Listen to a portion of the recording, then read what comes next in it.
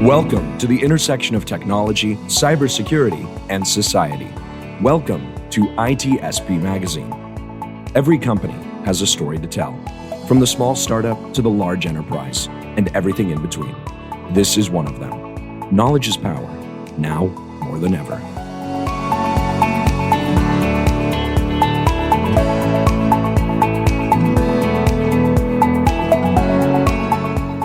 Marco. Sean. You know what I'm forced to catch every day? I'm not talking hot potatoes here. A bus? A bus. not a bus either. That's a good guess, though.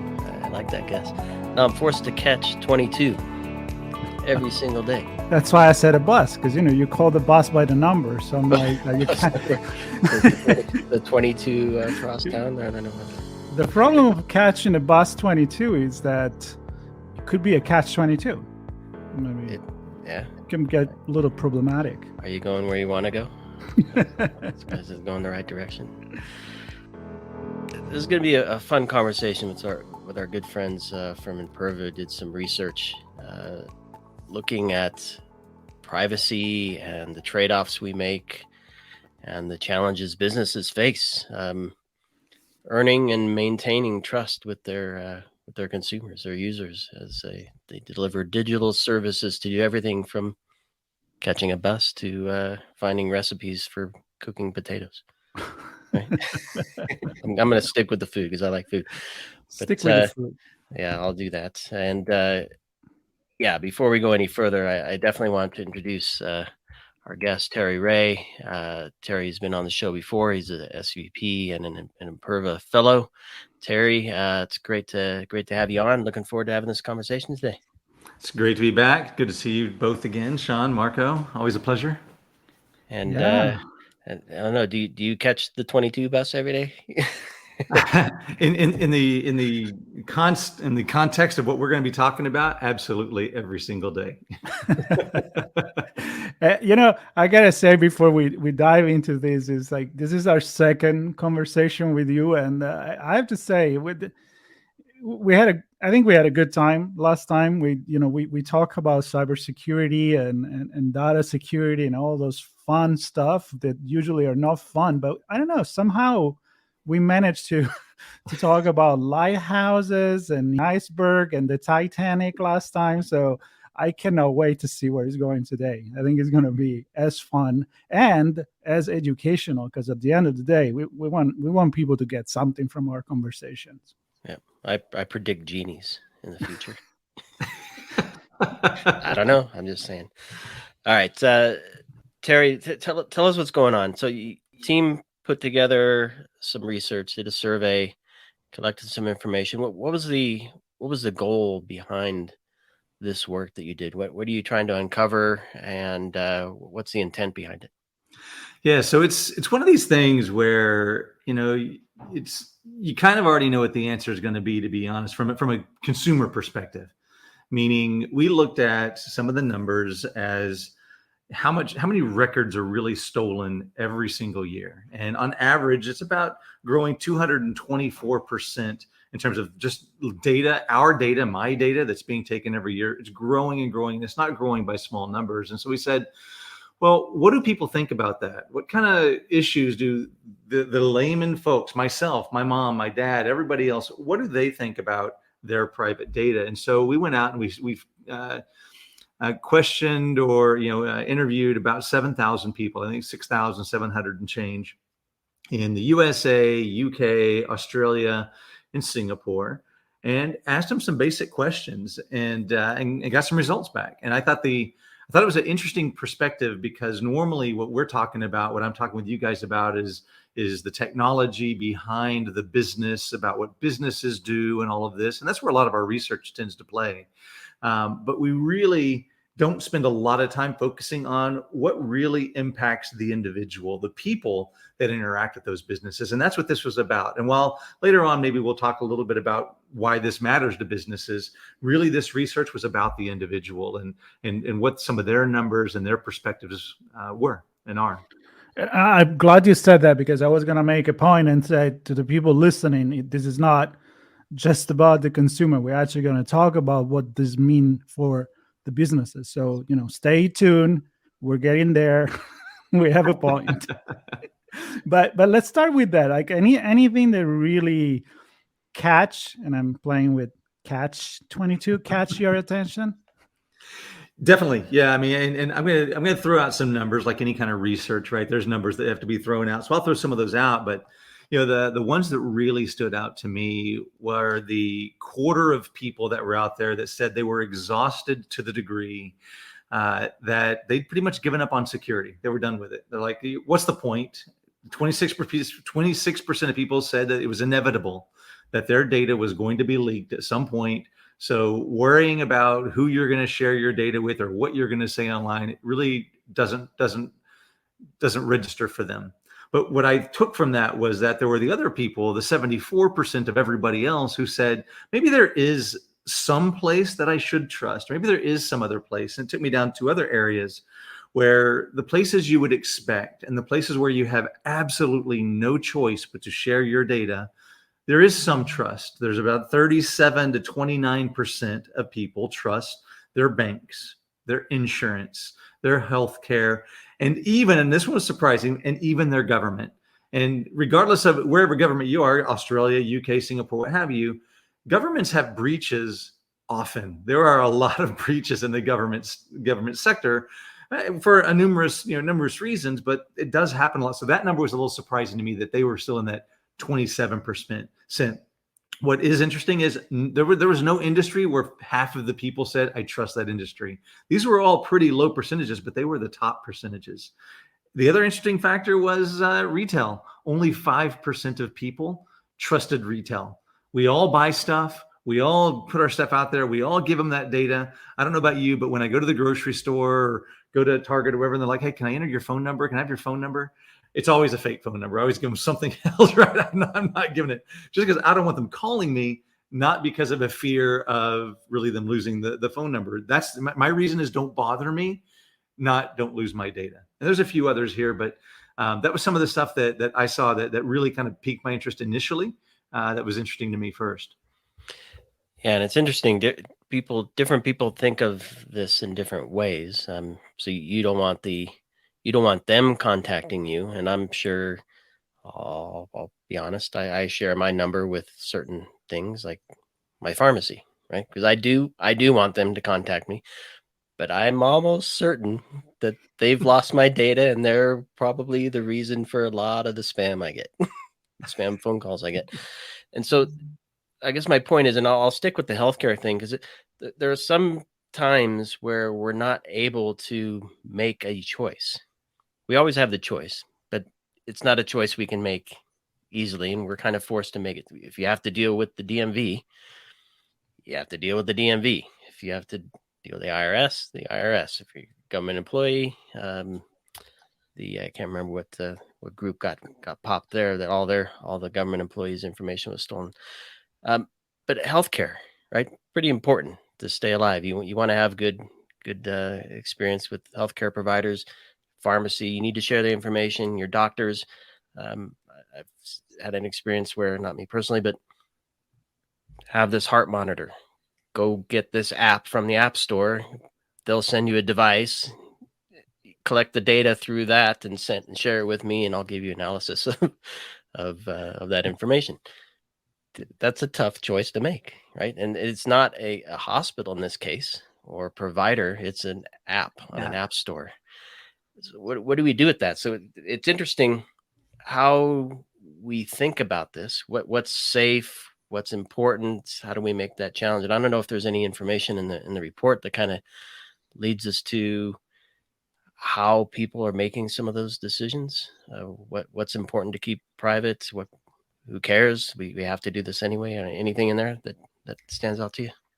I mean, we didn't really spend time asking about how you make your decisions. Really, it was more, a lot of these were yes and no kind of questions based on certain things. But, you see people doing this all the time. And the terminology that I like to use, and I know we used in the messaging as well here, was forced insecurity. Right. And it kind of speaks back to that catch-22. You might say you're damned if you do and you're damned if you don't, or you get it if you do and you don't get it if you don't. How many of us, you go to a website in America, you see them most of the time. In Europe, you see them in every single website you go to. You must accept cookies. You have to answer one way or the other what you're going to do and how you're going to use your data with that particular entity. You use the great examples of the IRS, of healthcare, of you want a mortgage, of all of these. You have no choice in today's world but to share your data. And so I think most people, and I'll lump myself in here. I know when I first started at Imperva, and this was decades ago, but when I first started at Imperva, one of the things we did is we would do penetration testing, hacking, if you will, white hat hacking. We were allowed to do it. A company would say, please come and see if you can get in. And we would do that. And we would get in. I remember showing my fiance, my wife now, but at the time, she's like, should I not be using online banking? Then you just hacked right into that system they allowed you to, and you cut through it like it was butter. And I'm like, you're right, we did. So, but you kind of have to use these services. We have to put our trust a little bit into these systems, but that it starts to shift the conversation a little bit towards the reason businesses are doing what they do.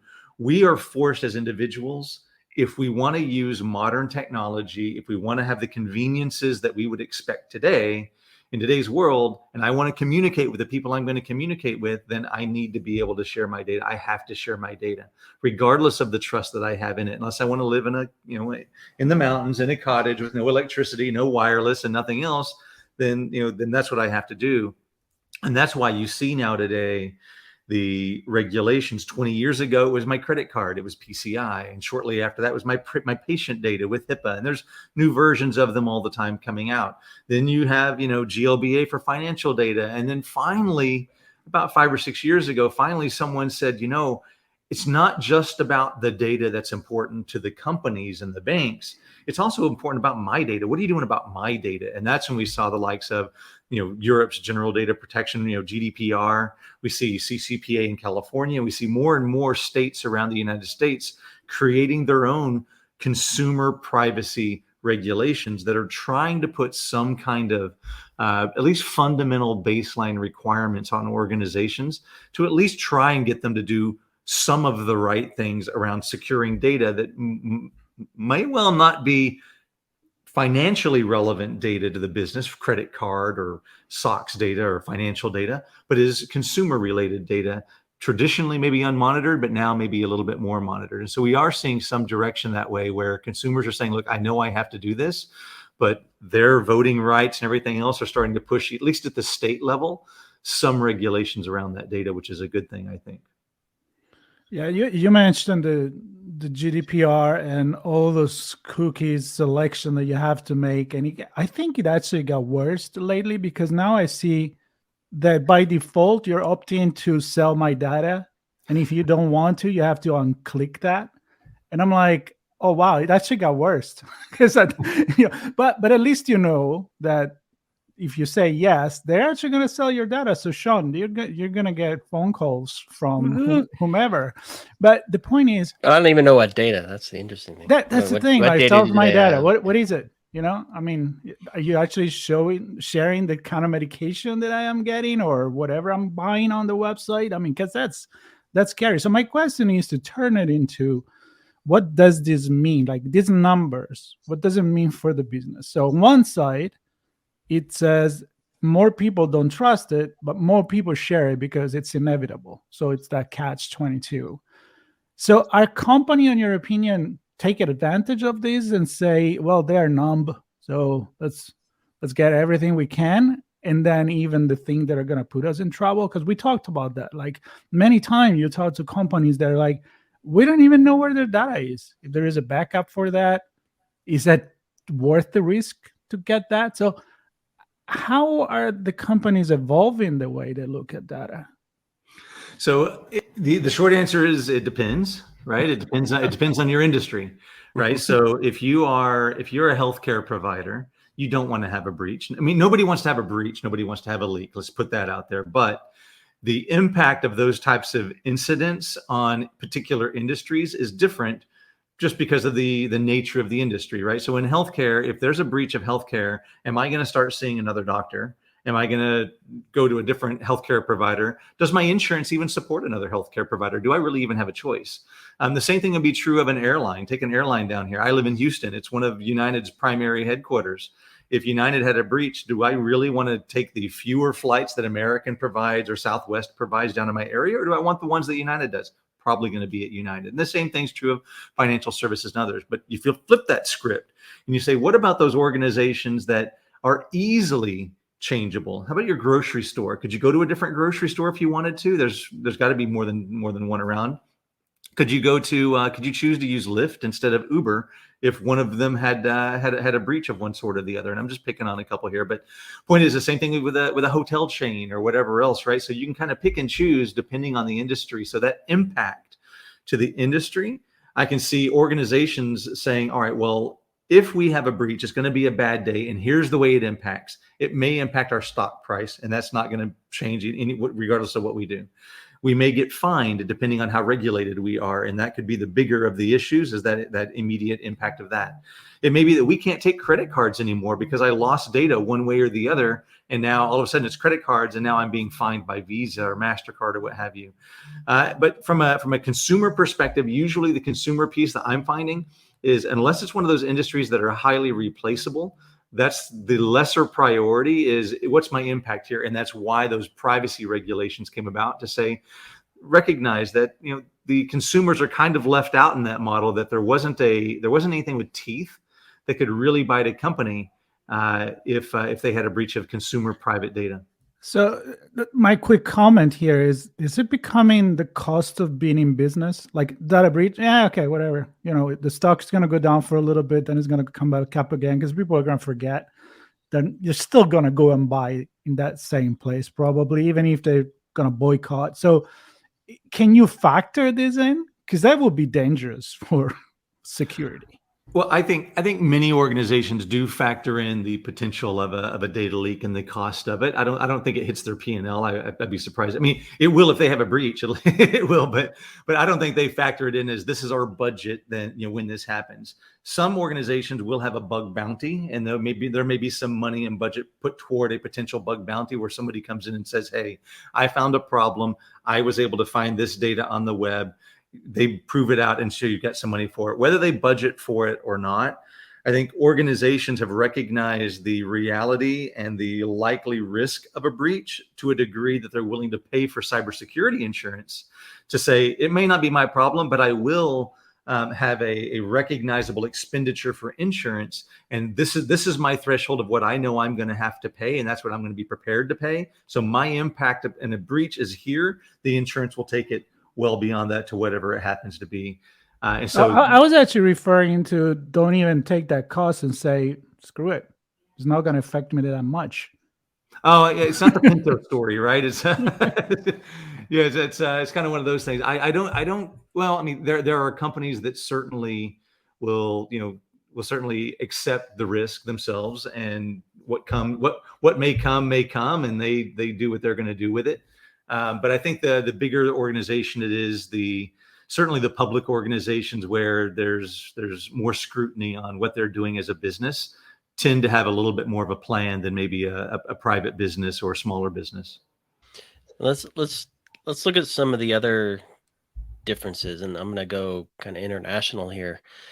Because to Marco's point, he and I are both in the U.S. at the moment. A lot of those pop-ups around cookies are driven by initially policies and regulation through GDPR, which is a European-based one that now is impacting the U.S.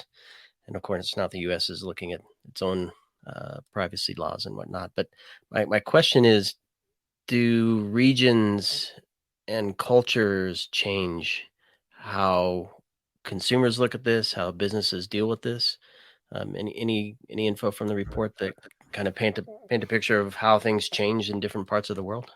Yeah, the numbers are, the numbers. But if you look at the UK, for example, right, 74% of UK citizens feel like they have no choice over sharing their data online. They just have no choice for it. The number's a little bit lower in the United States. And if you look at Singapore, there's a lot of trust in Singapore around their government, securing their data. That's not necessarily the case. There was only 27-ish%, I think, something like this in the United States in terms of what they trust the government to do. So yeah, for sure, it's regionally in terms of what the feeling is in terms of their the individual's perception of the risk of their data, depending on where it happens to be. But I think when I twist that back around and we start to look at it, I think one of the things that is interesting is it's not just about you sharing your data because somebody asked you for the data. It's also you sharing your data for communications, right? We deal with telecommunications all the time, and that's a global effort for who you communicate with. I communicate with people all around the world, and I use 3 or 4 different apps to do it, with WhatsApp and WeChat and just standard text and FaceTime and whatever else it is. Now, I'm cognizant that whatever I put out there can be used against me in one way or the other. And when it's out there, there's a record of it. But one of the statistics that was interesting is that 40%, or actually, let me start this over. 9% of people trust cloud messaging. 9% of people, 91% of people do not trust cloud messaging, the things you put in the cloud. But the bigger factor here was 40% of people still use that cloud messaging to share private and intimate secrets between themselves and other people. So a lot of people don't trust it, but yet they still recognize that they're going to use it because they're going to use it. What other mechanism do they have? Pick up the phone and actually call somebody? Nobody does that anymore. We're going to use a text. We're going to send this message so that it can be retained for forever, one way or the other. And we've seen problems of that, right? Anytime you start putting that private data out there that is really private data, really impactful, a lot of times that's a choice. And I didn't even know it when it first came out, that I don't have to click that accept all cookies button to read an article. I can click the X up there. I don't have to click that, and I can still read my article. You're just clicking that accept all to say, yes, you may use my cookies, you may put cookies on my system, but you don't have to. I think a lot of people don't recognize that that is a choice you do have. You can choose not to accept those cookies as well. Yeah, and the companies often we had a podcast not too long ago about the dark pattern on user interface, where they kind of trick you to, like you said, maybe I think that if I don't click that, I can't read anything. So I really want to read this article, but that's not the truth. So they play with the ignorance of people. And based on that, I think a lot of people, I love your opinion on this, like privacy and security. It's the same thing, but it's not the same thing. Is it like the wrong perception there? And our company dividing this as they should, or put it together where they should? Because it is confusing, like the definition of it, even from one country to another, honestly. I think organizations have actually done a very good job, to their detriment, of separating security and privacy. And it's somewhat because they were forced or instructed to. But if you go back and look at if we rewind and talk about the fact that the only reason we have privacy regulations today is because that consumer data was not protected. It was not in scope for organizations under the current regulatory compliance regulations like PCI, even HIPAA to some degree, SOX and others. My name and address was not in scope for a lot of those regulations. So privacy came about from organizations not necessarily doing the right thing. But when GDPR, and I'll pick on GDPR mostly here because it's got the most teeth of anything, but GDPR came out and said, all right, well, not only do you need to do certain things, but you need to hire somebody who is responsible. And it was a very good thing that they said that, because I used to ask in CISO roundtables, I talk to security all the time. I would talk to CISO roundtables, Chief Information Security Officer roundtables. And one of the first questions I would ask was, who's responsible for data security in your organization? Whose job is it? And half of the room would raise their hands and say, it's my job. The other half of the room would give me a mishmash of different answers. Oftentimes it's, well, it's everybody's job. Okay, yes, that's the very diplomatic answer. But whose phone rings when somebody says we've lost 1 million records of XYZ? Whose phone rings? And then usually it's probably our job. But they would caveat it and say, how do I have any idea where my private data is? How do I know even what my private data is? That's somebody else's job to know all that stuff. And so GDPR, I think, recognized that in a good way and said, look, somebody has to own this. Somebody's job it has to be to protect the privacy for this regulation at least. And so they had that mandate that said you need to go hire a chief privacy officer or a data privacy officer, depending on where you happen to be, has a different name, but essentially somebody usually in the legal department that's going to own this project. And go ahead, Sean. No, I love this, and where I want to take it is to kind of the business view of this, because looking at GDPR, and I think we talked about this briefly the other day, that the focus for many companies was the right to forget, right? And less about protecting the data, but having somebody in charge that actually oversees how can we use this data safely within the bounds of the regulation that has been placed upon us, with a heavy focus on the right to forget. So that doesn't leave a lot of focus on, well, how do we actually not collect the data we shouldn't be collecting, not use it if we do collect it, and not use it inappropriately if we have, and protect it at all costs, because that's the right thing to do. And plus it's probably also in one or more regulations. So how do organizations kind of bridge that gap between the simple, quote unquote, simple right to forget and all the rest of this stuff when it comes to putting policies in place for privacy and security, controls in place to match those policies, monitoring to ensure that those boundaries are kept within, and then of course when something bad does happen, the response to that, so the exposure is less, the impact is less, you notify the people in the right way that have been impacted. I know there's a lot in there, but where do companies begin to actually do the right thing beyond just check the compliance box here? There's always a box to check. Some organizations can go and do that, and depending on your auditor, that may or may not get you where you need to be. But I would say most large enterprise, large organizations that we speak to, it is I would never be one to say data security is easy, because there's a lot of components to it. It can be easy, right? It can be, this is a simple component. Just go find where your data is. I mean, at the beginning of the process, when we start to think about privacy, protect Terry's data, you have to know where Terry's data is before you start protecting it, right? I need to know where the asset is so I can put some controls around it. And so if we start to talk about from a privacy angle, the beginning place is go find the data and classify that data so you understand what risk really you have and how broad your problem really is. Has Terry's data spread throughout the organization in 1,000 different places, or is it siloed in one place? And now, how do I start to answer Terry's questions about his data? Does he want it to be forgotten? Does he want us to tell him what we have about him? Does he want us to share our data, share his data with somebody else? What does he want us to do? All those are privacy things that would be in a privacy world. But if you take the other side of even the privacy regulations will say, not only do you need to know where Terry's data is, and not only do you need to be able to do what Terry asks you about his data, if you can, as a business, you also still need to do those fundamental things around securing Terry's data that you shouldn't have forgotten about from what you are already doing around your credit cards and whatever other types of private data you happen to have. Meaning it's not enough for an organization to go classify Terry's data and be able to tell Terry, hey, by the way, I forgot your data. That's not nearly enough. You have to also be able to answer questions as to who accessed Terry's data across the last 3 years, 4 years, whatever it is. Who touched Terry's data? How was Terry's data used? Was it ever deleted? Was it moved? All of these things require that you have monitored. And I'm picking on Terry here, obviously, but you've got to be able to answer these questions about any type of consumer data that you have.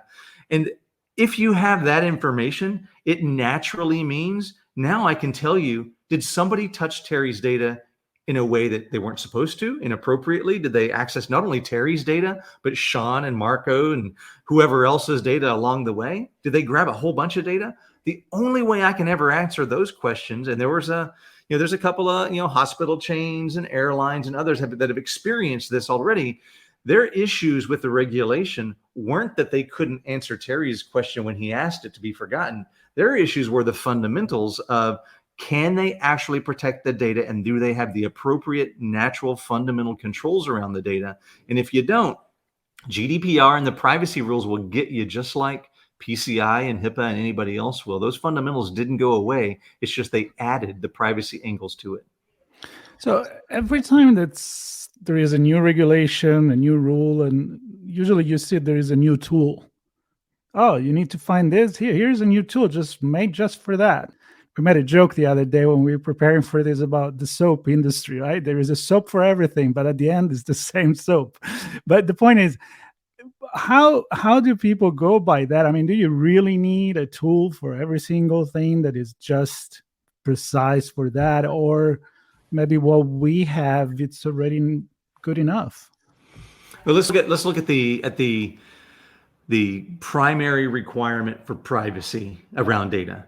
I need to find my data. I need to discover it and classify that data. Well, GDPR also says you need to encrypt your data. That data needs to be encrypted. So does PCI, so does HIPAA, so does a number of other regulations. To encrypt your data, would it surprise you to know that you also need to know where that data is, and therefore you need to discover and classify that data also? So there's a product that's out there that you can get that does discovery and classification for privacy, and one that will do discovery and classification for encryption. And it may not surprise you that even products like our own, we say, look, while if you monitored everything, you probably don't have to know where it all is, but you probably want to know where your more risky data is. So sure, we can discover and classify your data as well. So exactly like you're talking about here. Now, my wife is in an office not far from me here, and she would disagree that there is a soap for her face and a soap for her hair and a soap for her hands. And yeah, I know someone that would disagree. But I think at the end of the day, I think the analogy kind of still fits in that. Why do you want to do 3 of the exact same things to get to the exact same answer, to apply that answer to 3 different mechanisms, right? I want to be able to go and tell Terry that I've deleted his data. Great. Well, I know where he is because I have one tool. I want to be able to monitor Terry's data and everybody else's. Great. I did, because I have one tool to know where it is. And I want to be able to encrypt that data, and a numerous set of other things that you do, but knowing where it is. And this is just picking on knowing where the data is, but that's one of the fundamental pieces and frankly, helpful components of data security, is understanding where your more risky data lies versus your maybe unregulated data. I won't say less risky, but unregulated data lies. And there's definitely an overlap. And I'll add one last thing. I know we're running out of time here, but one last thing is, even one of my predictions this year, and it won't be finished by the end of the year, was that the privacy world, the DPO world, the DPO, when they started their job, they said, hey, so for me to do my job, I need to know where my data is. Do we have a tool that does this? And I think in many cases, organizations just didn't reach out beyond their function enough to recognize that most organizations probably already had a mechanism to go and find data. So now we find organizations that have 2 or 3 of these discovery and classification elements that are completely in overlap. And my prediction is that's going to all consolidate. And ultimately, there will be a technology team, probably the CISO's team, that's going to say, it's your job to go and find out where the data is and monitor it. It's the DPO's job to make sure that you're doing it. It's the DPO's job to make sure that the T's are crossed, the I's are dotted, and we have our auditors on time and we're answering the right questions. But the technology will retain with the technologist and really won't live in the legal department as it does today. Yeah, and I can envision, I'm just thinking of the soap analogy. If there's a drop of hair soap and a drop of face soap, and you're about to wash your hair and you need to combine the 2 together, you might need to combine those 2 soaps together. I guess the question is, do you need to buy a 3rd soap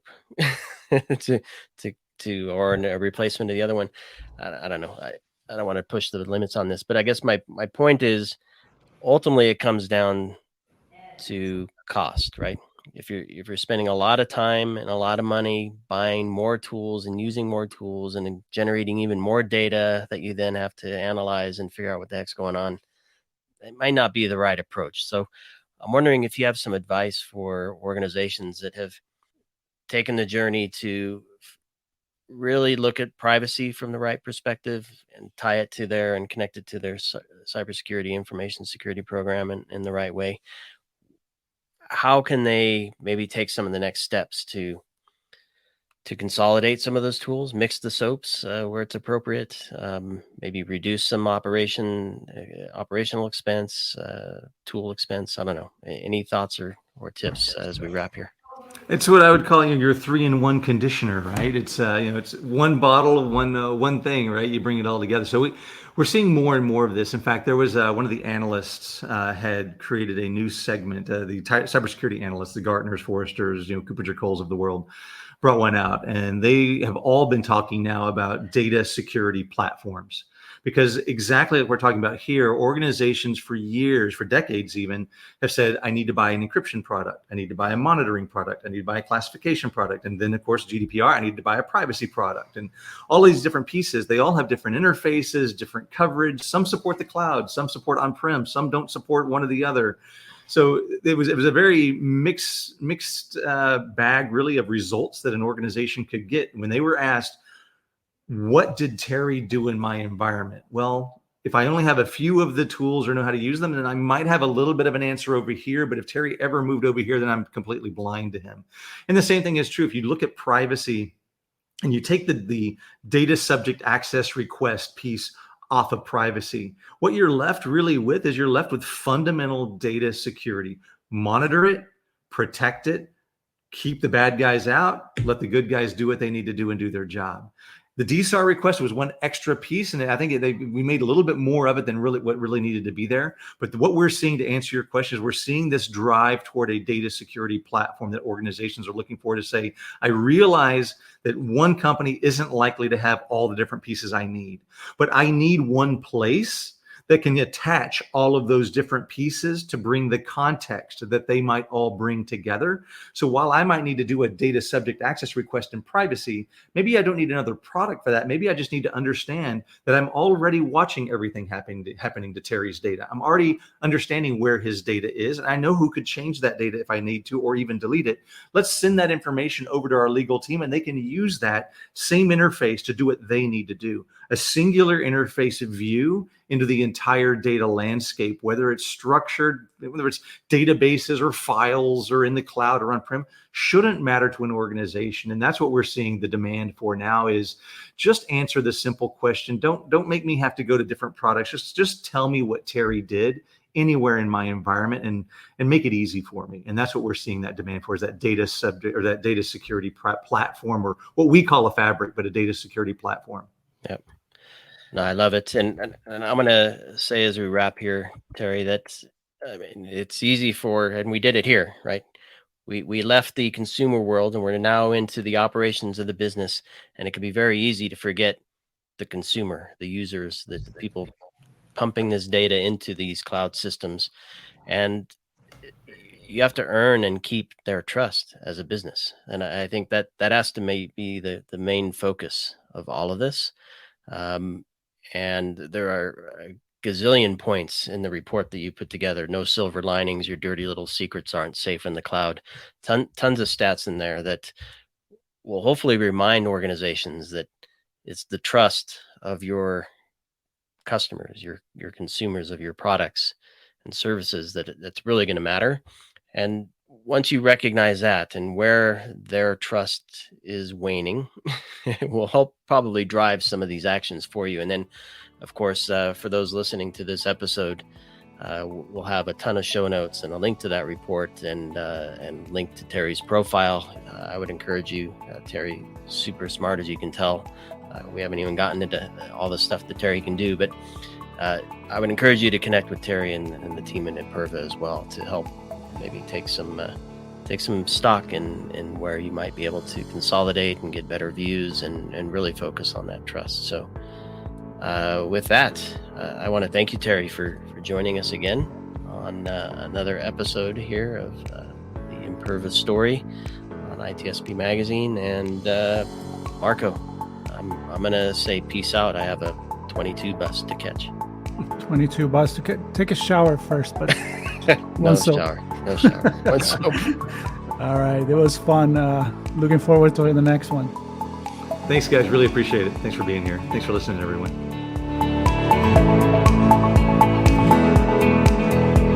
We hope you enjoyed this conversation. If you learned something new and this story made you think, then share itspmagazine.com with your friends, family, and colleagues. We hope you will come back for more stories and follow us on our journey. You can always find us at the intersection of technology, cybersecurity, and society.